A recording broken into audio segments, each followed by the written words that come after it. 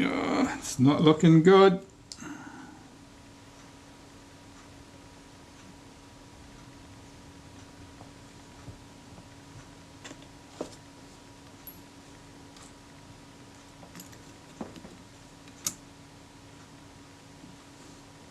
I'll see if I can get a screw started here and see if I can wriggle some blades into position. Just got that started.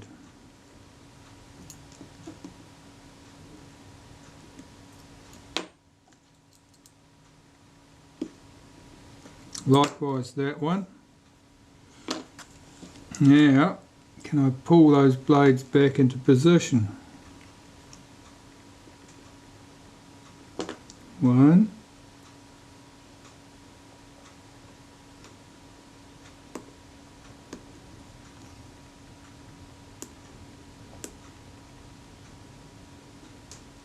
Two.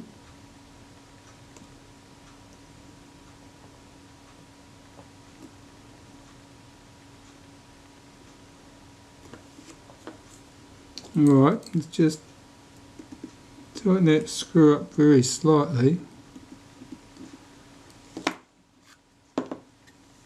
See if those blades are in their sockets.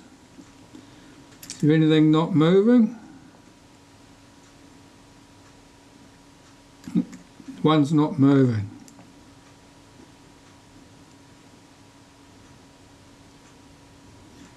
This one. Something wrong with that one.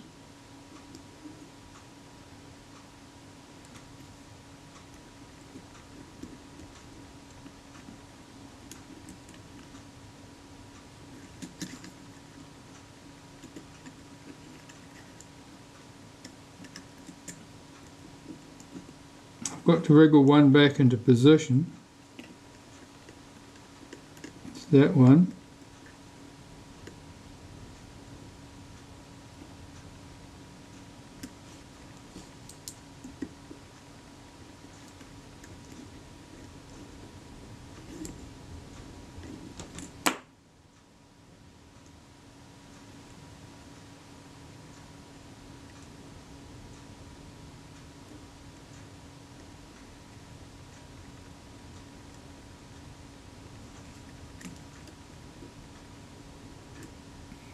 It's not in its socket at the other end.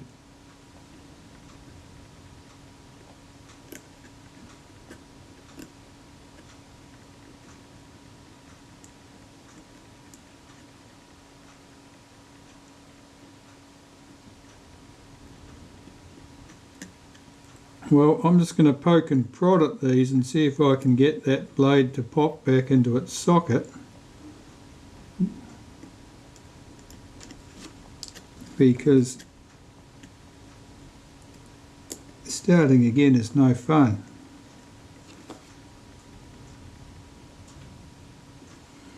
And I'll bring you back when I've succeeded. Yeah, I got it back together. The secret was just tapping it in the right direction until the blade concerned popped back across and dropped into its socket.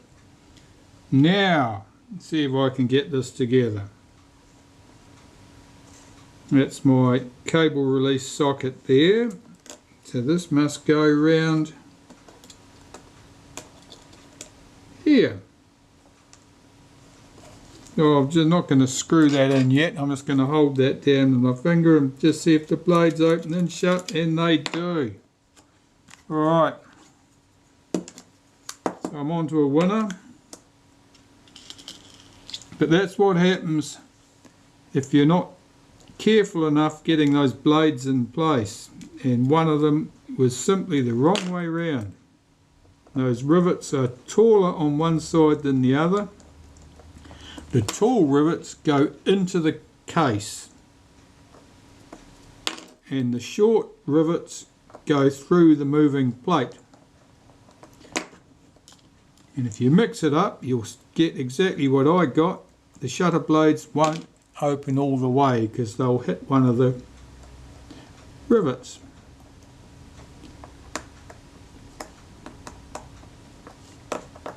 And that's a handy way to add 20 minutes to a shutter repair job. Okay, that's good. I'm going to start putting the control gear back in there now, which is by no means too terrible with a shutter like this. Alright, I'm starting this reassembly. I've got that little lever there in place, and I'm getting this B lever in place if I possibly can. Its spring makes this awkward.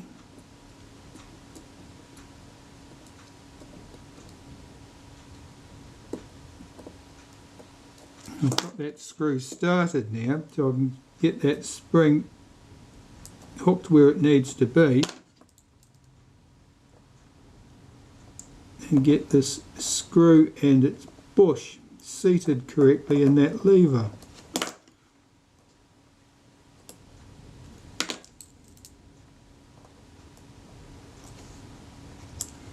Any of these shoulder screws that hold things like this little lever, you need to be careful not to over tighten them. If you over tighten them, the shoulder will bite into the aluminium of the mechanism plate, and if it does that, you're in trouble. Because what happens is effectively the screw then just tightens up on the lever. So instead of the lever revolving easily round the shoulder, it gets trapped. Here's my shutter release lever. Get this in place. This is the B and T lever, and you can see the action there. Now the high speed spring, which gives us a nominal 300th of a second in this shutter, goes here.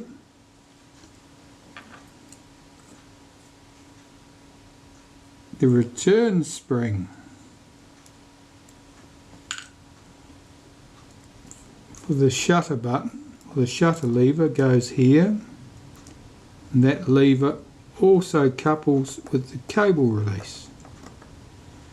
Got to get that spring tucked down into the groove in the case.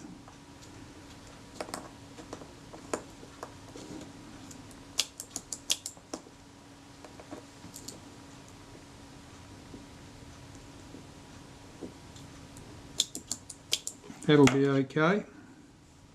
The cable release, the screw is loose in this at the moment, but basically the cable release goes in here. Let's get that spring back over where it needs to be. It needs to be around from there.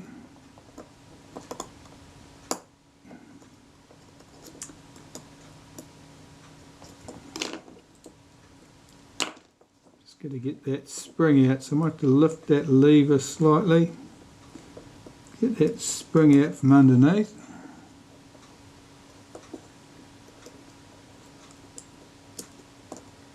That's better. Get that lever back down again.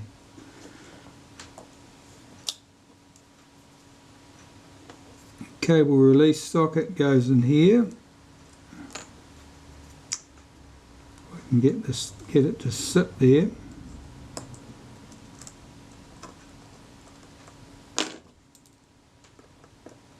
Get the screw started.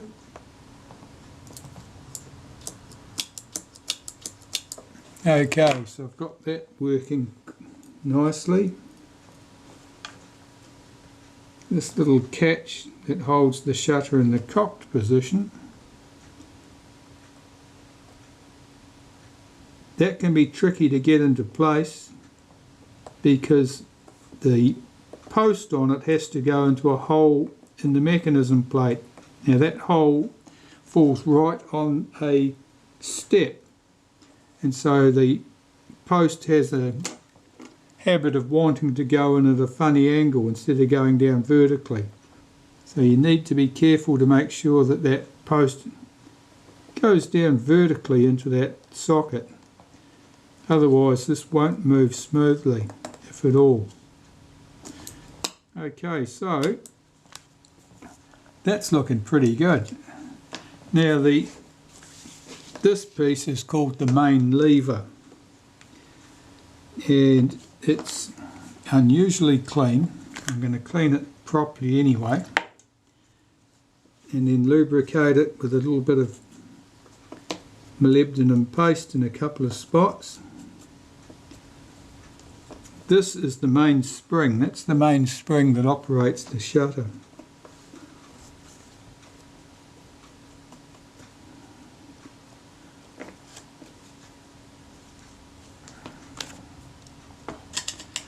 And while I'm here, I'll clean this shutter speeds settings cam plate.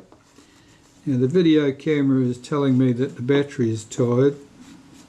The battery is permanently tired on the camera.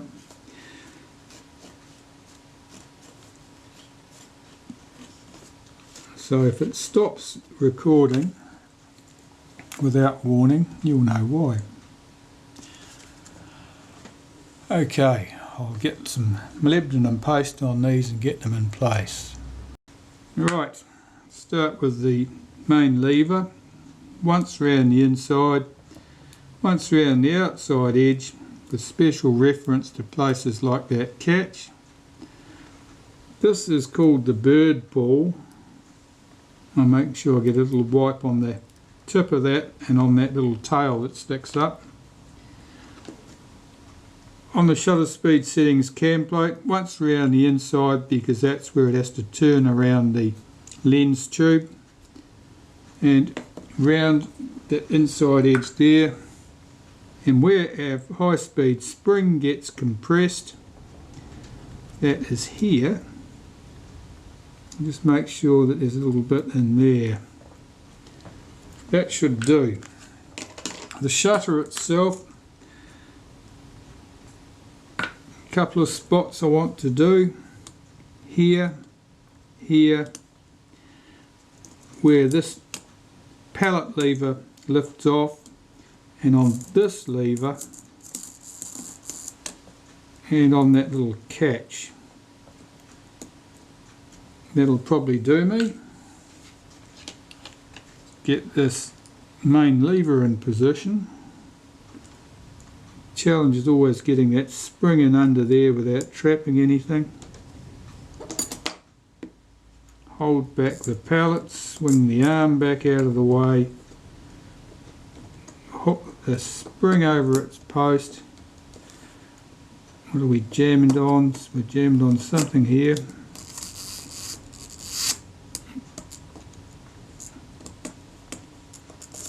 Sometimes it's easier to get the cover on when the shutter's in the cocked position, so we'll put that in the cocked position.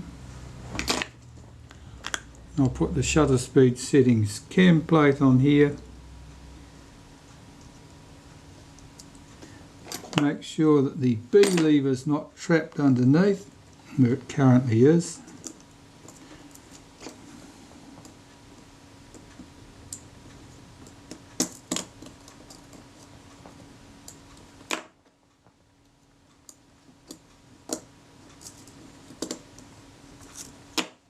And see what happens. Nothing, it jammed. Why did it jam?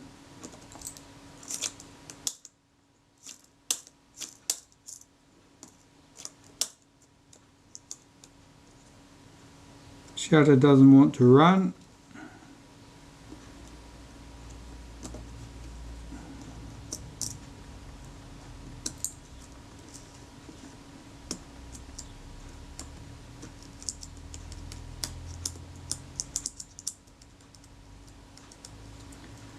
Alright, that's a bit of a mystery. Let's find out what's going on.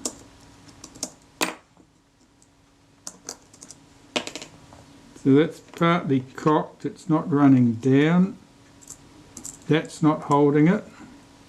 That's not holding it. Is that spring in the wrong place? The high speed spring's probably in the wrong place. flip that over there, the other side. That should be better.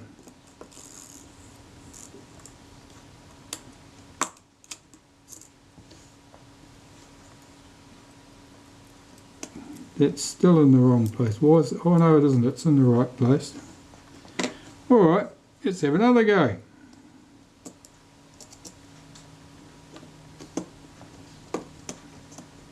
The B lever, I have to have that out.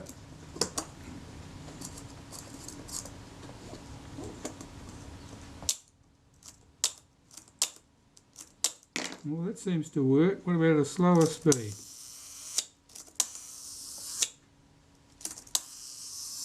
That looks good. What about B? That's T. What about B? Yeah, B works. T works. 1 second. Why did that not close?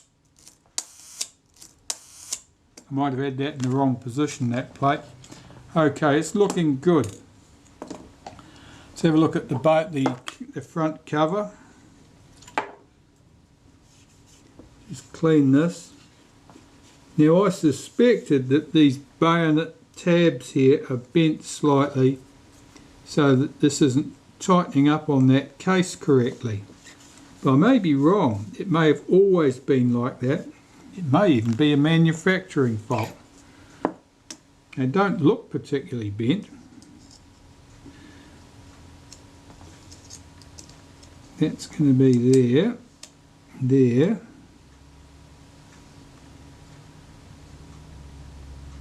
Yeah, there's a lot of rattle there.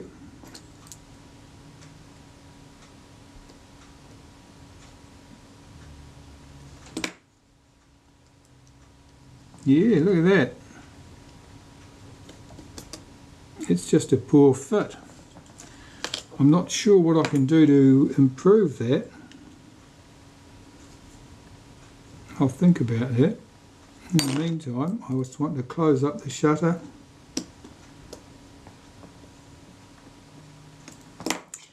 And test the settings. Make sure it looks right. F3.5 down to F22. It doesn't go to 22. Oh, it does. If you give it a push, it doesn't like it. Okay. That lever may be bent. It looks like it's bent. I'll pull it back a bit.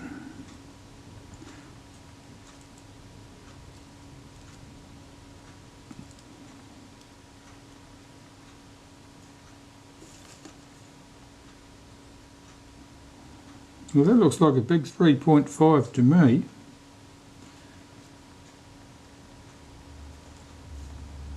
Yeah, well, oh yeah, fair enough. Yeah, I don't like that at the F22 end.